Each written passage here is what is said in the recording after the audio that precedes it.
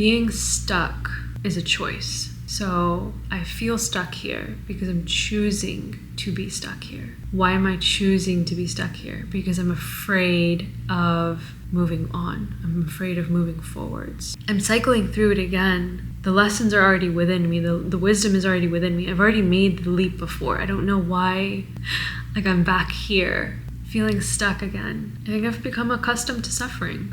I think I conditioned myself to believe that I had to suffer and give myself less than what I want. I'm in a really deep shedding process right now. A couple days ago, I very impulsively booked a trip to Costa Rica for a week. I've been wanting to travel. I've been waiting to travel for some reason. That's like the thing that fulfills me the most. And I've been making it very conditional. It's almost like I'm dangling like a donut in front of my face that I really want. And I'm like, you can't have this donut unless you perform at this level. You can't have this donut until you do X, Y, and Z. I've made my happiness and fulfillment conditional.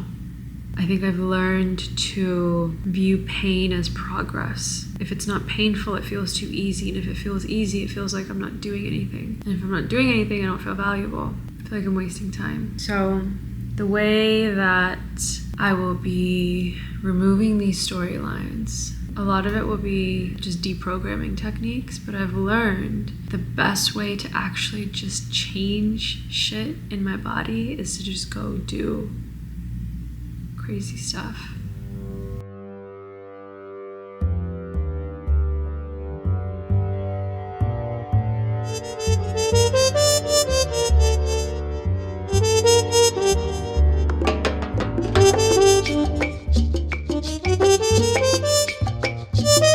Oh my god.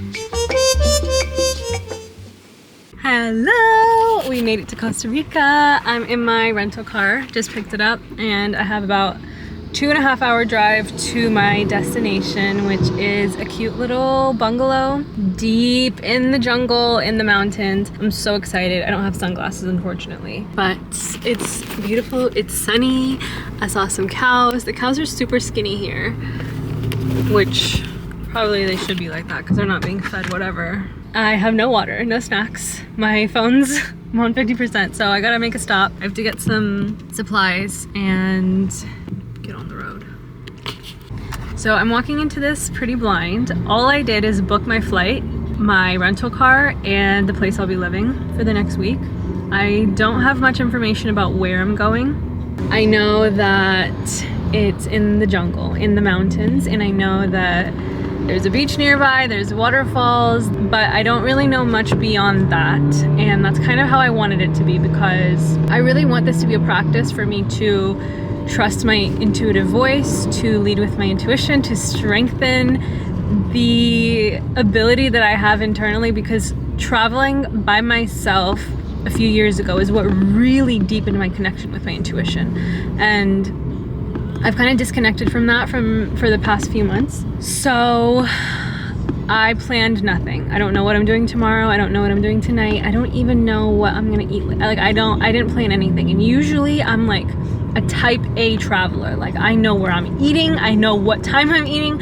I know where I'm staying. I know everything that's happening. I have an itinerary. I'm on a schedule. I was like, this trip is a practice for me to open up to my intuition and just trust my guidance and stop trying to plan everything, stop trying to be on top of it all, stop trying to be so structured and type A, because it just doesn't work that well for me. I do need structure, but I need so much more flow, so much more creative flow. So my intention with this trip is really to deepen my creative energy. Like I really want to lead from my creative spirit. So I plan nothing. I don't know what I'm doing. I don't know anything. In retrospect, it was a little crazy to do 12-hour traveling via flights and then 2.5 hour drive. It's gonna be fine. It's gonna be fun.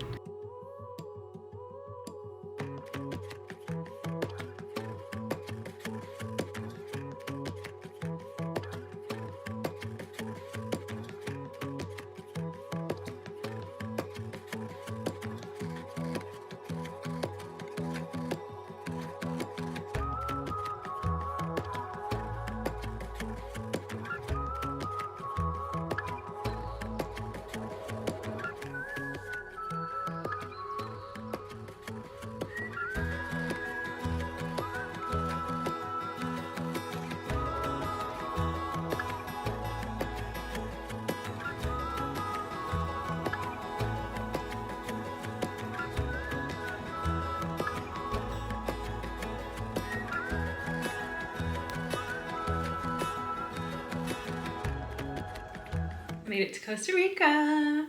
She is gorgeous. I am actually in awe at how beautiful this earth is. I feel extremely blessed. When I was doing yoga this morning, I was just doing yoga and then I looked up and I was like, dude, like you're literally in the Costa Rican mountains when 24 hours ago you were in basically tundra weather. And I felt so grateful, so blessed, and I just literally like just made my way to my knees and just prayed. And the main reason that I wanted to come here was to relearn how I work and function in the world, because the way that I was raised was very much be productive, get things done, and you are valuable. You are a good citizen of society if you're doing things and you're constantly producing. Even if there's nothing to do for anyone else or to show anyone anything, I was always taught to stay busy, to always be existing in a way that was very masculine.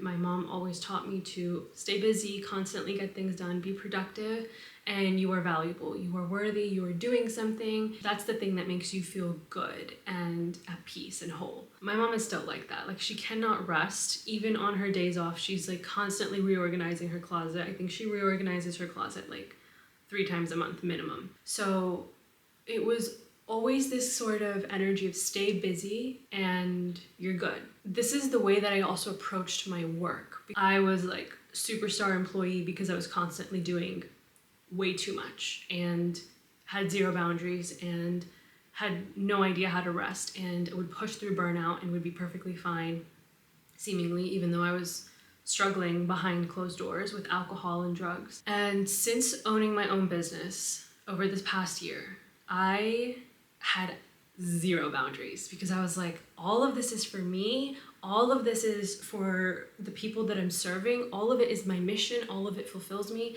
I will work 18 hours a day and I'll be perfectly fine. Honestly, I think that is what led to such rapid growth, is that I was so hyper fixated on my goal. And I was like, I'm doing this no matter what. There's no plan B. This will have to work. When I channel my energy into something like that, the success of it is inevitable. It's going to happen. But now, a year later, I'm at the point where my creativity is stifled. Like, I think have suppressed my intuition, my creative energy, my sexual energy, my ability to just expand and play and be open and flow and nourish myself. Like, I haven't known how to rest. It's been a struggle because you can't you can't start your own business that is led by your spirit, by your intuition, and by your creative energy. And it requires the ability to create art while working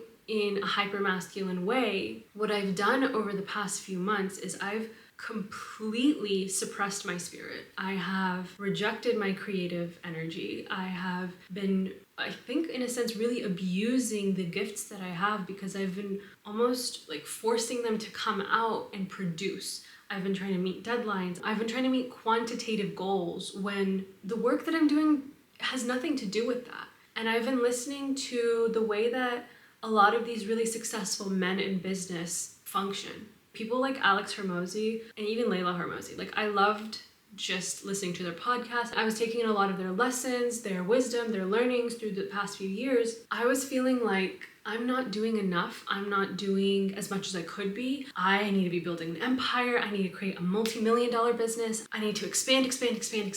And while it works really well, it doesn't align with who I am. It doesn't speak well to me. And I think I can do it very well. I've done it very well my entire life, but what I'm being called to at this point is to learn how to work like a woman. How do I nourish my creative energy, which sits in the sacral, while remaining grounded, while expanding through the globe, through this earth, and actually fulfilling my mission? And it is a big mission, and I don't feel like it's big. I feel like it's possible. I feel like I'm already doing it. Like, it's so touchable, it's so tangible, it's already in front of me. And if the thing is meant for me, if I'm being called to it, if it's made for me, I don't need to suffer and work so hard to get there. I need to show up.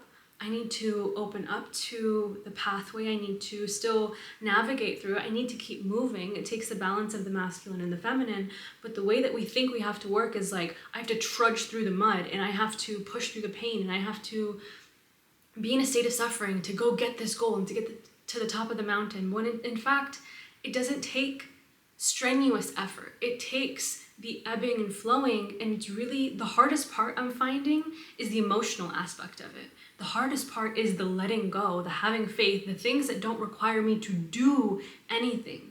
I'm only just now learning what it means to create a safe space for my own woman and to allow her to fully take up the space in my body without me abusing her or suppressing her or judging her or shaming her or feeling guilty for my desires, my expression, my fullness, my sensuality, the way that I want to live, the way that I want to speak. Like, there's so much judgment and suppression that's been passed on a woman's expression.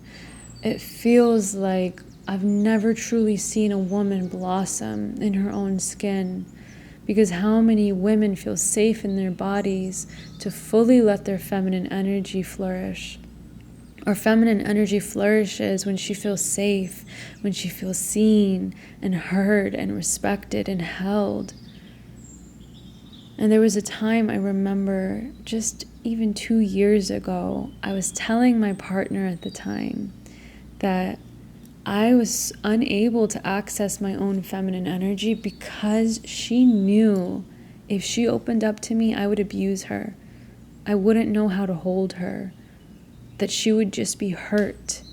She didn't feel safe being open in my own body. And at the time, she was more open to my partner, which says a lot because I actually didn't 100% feel safe with him. And now, as I'm learning how to hold myself so well that my womanhood is able to blossom within myself, it feels scary. It feels so uncomfortable. It feels like an act of rebellion. It feels wild. It feels feral. It feels violent, yet so gentle, so loving, yet so destructive. And I'm realizing I don't truly know what being a woman is, because there are so many storylines that I'm having to weave through which don't actually align with me, which don't feel true, which don't feel like this is raw woman. So a lot of this journey that I'm stepping into for this chapter is about learning what is my raw woman and how do we unleash her so that she can change the world and so that she can be free.